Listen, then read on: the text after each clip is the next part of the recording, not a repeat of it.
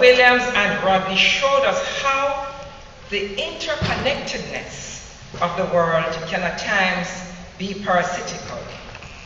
The South Commission of 1990, in asserting that there have been massive transfers of wealth from the South to the North, confirms the veracity of the work of these visionaries. Ladies and gentlemen, as we look at a new vision for a new world reality, permit me to reflect on where we were and where we are today, even as we contemplate the future. In this presentation, I will advance three main points. First, that the post-Williams era is changing and new players are emerging in the international economic system. My second point will be that the Caribbean's competitive advantage lies not only in its natural resources, but in its people. Finally, I will posit some urgent imperatives to enhance the social and economic status of the people of the region. Ladies and gentlemen, I have adopted this approach because the response of this generation must be to interpret present-day realities and to strengthen and build structures and institutions. At that time, the major contradiction was between the countries of the West, led by the United States, and those in the East, led by the Soviet Union. It is through that prism that developments in the world were judged. The Berlin Wall was the most visible symbol of that development. There were, of course, those who never accepted this division as permanent, as this polarity excluded the majority of the people of the world from the power equation. The non-aligned movement with giants like Tito, Nehru, Wertheim, and others were part of what Michael Manley called the search for solutions on behalf of the people of the South. Their struggle for a new international economic order was an essential part of that quest for equality, respect, and justice in international affairs. For the masses of the people, however, it was a struggle up the down escalator, to use Manley's well-stated paradox of the struggle for development.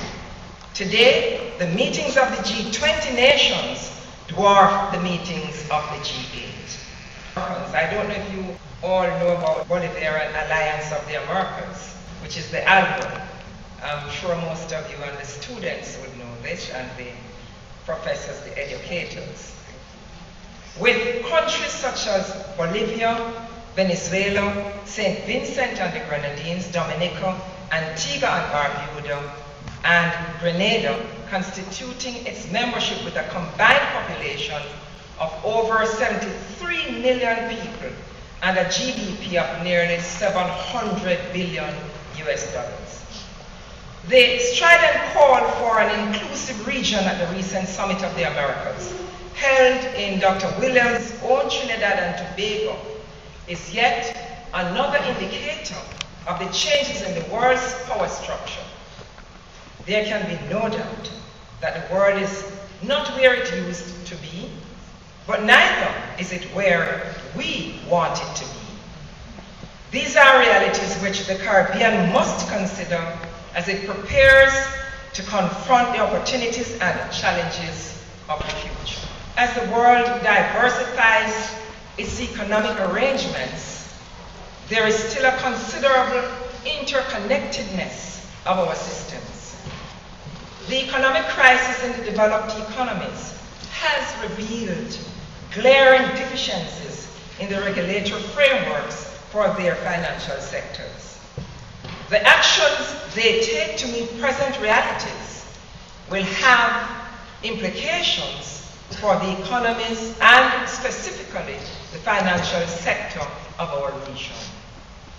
As a region, we must be proactive and develop unified, pragmatic, regional response that embraces best practices to protect our countries from any negative consequences of action taken in developed economies as they proceed to adjust their own system. Ladies and gentlemen, non-action is not an option. The financial sector regulations of which I speak is a compelling reason for a single market and economy. Let me invite you to explore just a few more issues which beg for regional cooperation. Any prospect for the Anglophone Caribbean must include serious consideration of its energy policies. Energy consumes the largest portion of the foreign earnings of many of the countries of the region. In 2008, Jamaica, for example, spent US $3.4 billion, or 40% of its import bill, on oil. The region's efforts to provide world-class quality education, healthcare, transportation, and housing for its people will be severely challenged if it remains totally dependent on imported energy. The region must quicken the pace at which it explores opportunities for research and development of alternative renewable energy as we seek to more efficiently utilize that finite quantity of non-renewable resources available to us. The region must commit itself to energy cooperation, and I would suggest that the work of the Center of Excellence for Renewable Resources, established in Jamaica in 2006, be integrated with work being done elsewhere in the region to develop and utilize alternative energies such as solar, biofuels, hydropower, and wind energy for the benefit of the entire region. I am sure we can do it. Ladies and gentlemen, another issue which demands immediate attention throughout the region is that of facilitating access of students from low-income families to tertiary institutions. I raise this question as it has been empirically established that the only long-term solution to breaking the cycle of poverty is the systematic raising of the levels of education and the training of children from low-income households. I believe that the only barrier the children of the poor should have are those erected in their minds. But when those minds are liberated to think big and to achieve, what a region we will have.